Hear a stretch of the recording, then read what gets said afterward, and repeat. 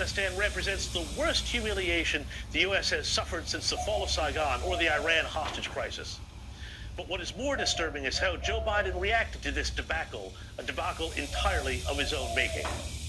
Bushwhacking, hornswoggling, crocker, he's gonna roll away, pistol cutter.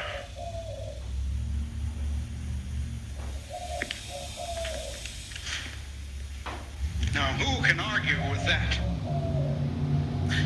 Oh, wait, sorry. That wasn't the President of the United States giving confused, angry justifications for his failure in Kabul. That was Gabby Johnson from Blazing Saddles. Our mistake. Here's the President. We've all seen the pictures. We've seen those hundreds of people packed into a C-17. We've seen Afghans falling. That was 4 days ago, 5 days ago. What did you think when you first saw those pictures? What I thought was we have to gain control of this. 4 or 5 days ago? Actually, sorry, Mr. President, that occurred just 2 days before the President tried to justify himself to American ABC's George Stephanopoulos.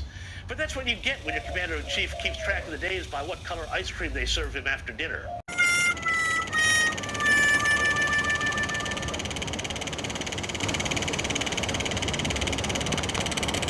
It's not the first article they've written on this, and that article prompted our friend across the pond, Piers Morgan, to write his own op-ed in the New York Post, and Piers thinks, yep, might be time to invoke the 25th Amendment, remove Joe Biden from office. Now, Piers calls Joe Biden a monumental liability, not just to America, but to the world, and a weak leader who won't take responsibility for any of his policies or failures. And Piers joins us tonight. Piers, great to have you back. What you said is true. I've been right from day one, and I've been attacked for speaking the obvious, but it's now so bad and the consequences so severe, in my view, that you're correct, but I don't see it happening in this country, and you just lost Boris Johnson in your country. Well, it's a very interesting parallel. Well, good evening, first of all, Sean. Very interesting parallel, isn't it, with Boris Johnson?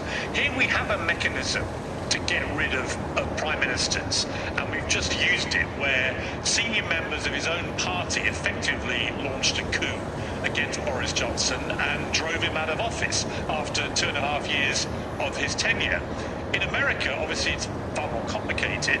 But I do think in the case of President Biden right now, if you're a Democrat, looking at the poll that came out alongside this piece of the New York Times, the New York Times poll was quite extraordinary. 2/3 of Democrats do not want Joe Biden to run again in 2024. And over 90% of Democrats under 30 feel that way. Wrote a succession mechanism into the Constitution, but it was a little vague, so Congress rewrote it into the 25th Amendment in the 1960s. The 25th Amendment covers several situations.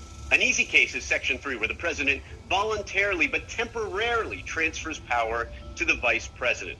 It's been used before. For example, Presidents Reagan and W. Bush transferred power to the VP while they underwent surgical procedures.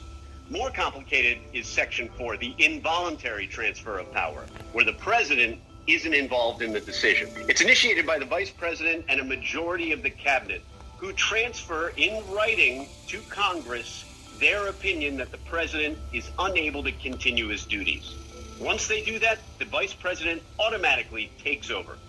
It's never been invoked, and it's designed to be difficult to invoke. Remember, the vice president and the cabinet are likely to be loyal to the president, so they will not invoke this provision lightly. Now, the easy case under Section 4 would be something like the president in a coma. No one could honestly oppose the idea of transferring power in that situation. The harder case is pretty much anything less than a presidential coma, where the president is awake or he recovers and wants his power back. A conscious president can come back and say in writing or a tweet that his inability has passed.